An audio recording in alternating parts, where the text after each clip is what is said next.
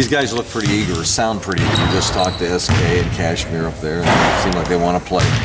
Yeah, they're sick of me. They're sick of practice, me telling them to get in the defensive stance. So, I think with the offseason being as long as it is now, I'd say everybody in college basketball is ready to practice because we had summer workouts to go along with. We started early for the first time with semesters. Our guys are really, they probably had enough of practice and beating on each other. I would imagine you don't have to say a word to them about last year and how that started. No repeats of that. Oh, you always have to say something as a coach. I think if your team's going to have certain types of goals, for the end of the season, you have to realize that seeding in the NCAA tournament, not just getting there, is important. And we felt the pain of that the last 2 years. We were playing really, really well in March, but we didn't have a high seed. In part last year because of 2 November losses. So I'm sure I might remind them of that. When when I asked them about playing a team that had like 6 wins last year, they said Presbyterian. Did that? I didn't.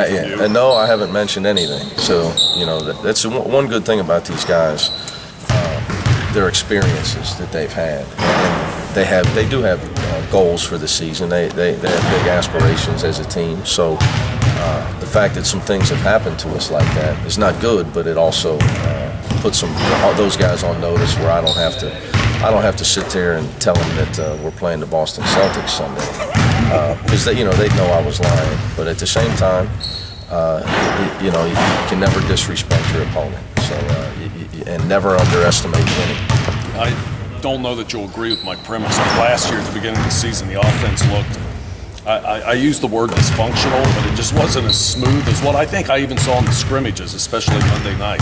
Yeah, well, I think we were just tired. I mean, even you talk about Presbyterian last year early, we're up 15 in that game. We were very thin group last year at this time with Sheck hurt, Jaquan hurt, and just a bunch of freshmen with no clue. So we're much deeper. We're a much deeper team. We're a much more experienced team. And offensively, we're a lot harder to defend because of our ability to shoot the basketball. Bellarmine found that out the hard way. When you're able to start banging in shots against teams that are trying to stop the drive, and it becomes a pick your poison type of thing. So the floor is more open because of our guys' ability to put the ball in the basket. I imagine it won't be hard to insert Justin in there pretty smoothly. He can just get in there and make things happen. Well, the challenge for Justin is just to become more of a consistent player. I don't want him to rely on his hustle. I want him to rely on his fundamentals. His great hustle to run down and block shots and make up for mistakes is a tremendous attribute, but I don't want him to get beat. I want him to be more fundamental in his stance. On the offensive end, he's spent the whole offseason working as a guard, as a playmaker, and he's got to learn when to just make an easy play. At times he forces the action too much, so that's something that I wish he would have had the 2 exhibition games from an offensive standpoint.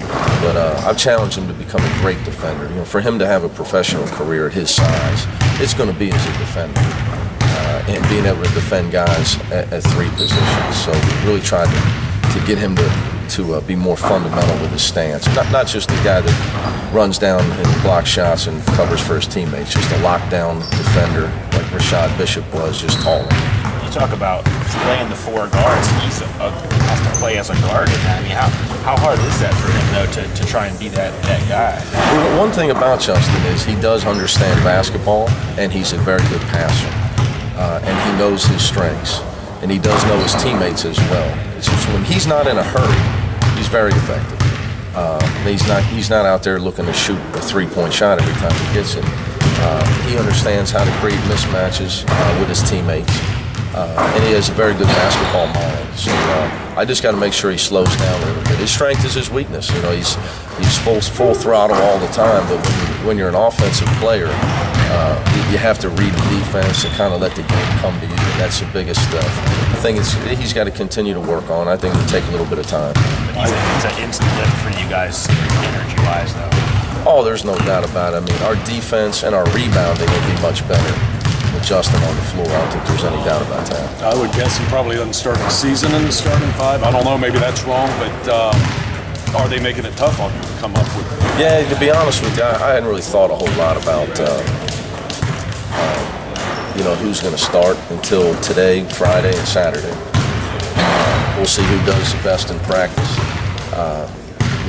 I'm a big believer in don't get ahead of yourself. And obviously, I have thoughts on how I would love things to be, but if a guy has 2 horrible practices or a guy shows up late, with this team, though, that hasn't happened. Knock on wood. Everybody's always on time, easy to coach, but. Strategically, I think that you will probably see Justin in the starting lineup just because he's comfortable there, and I'd like to be able to get some scoring coming off the bench. When that all materializes, it can take us a while to settle on the lineup, but I think the sooner we can identify that and get people comfortable in the roles, it'll help our team.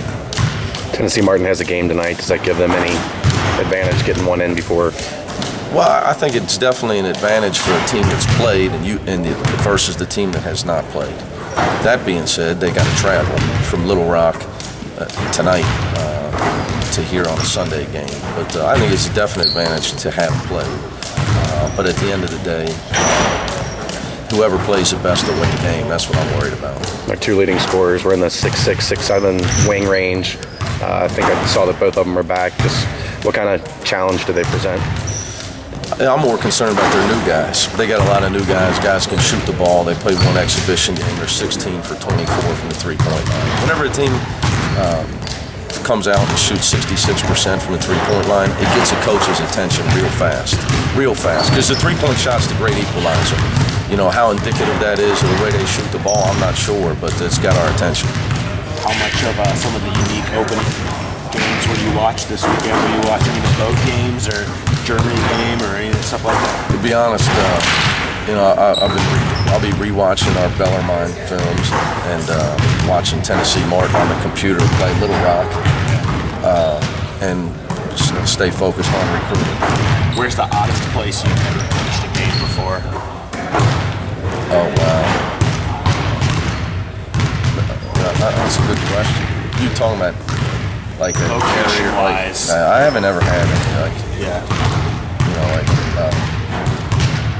off campus, like on a battleship or something. Never had a pickup game. Never did a pickup game out there on anything like that. Just had to hop in and start coaching. I mean, back in the days in 5-star, you coach outdoors and it's 110 degrees.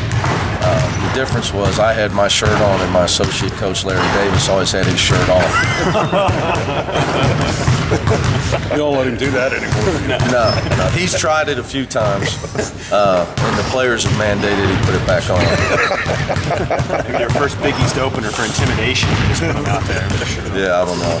I don't think that would go over real big. Thanks, Coach.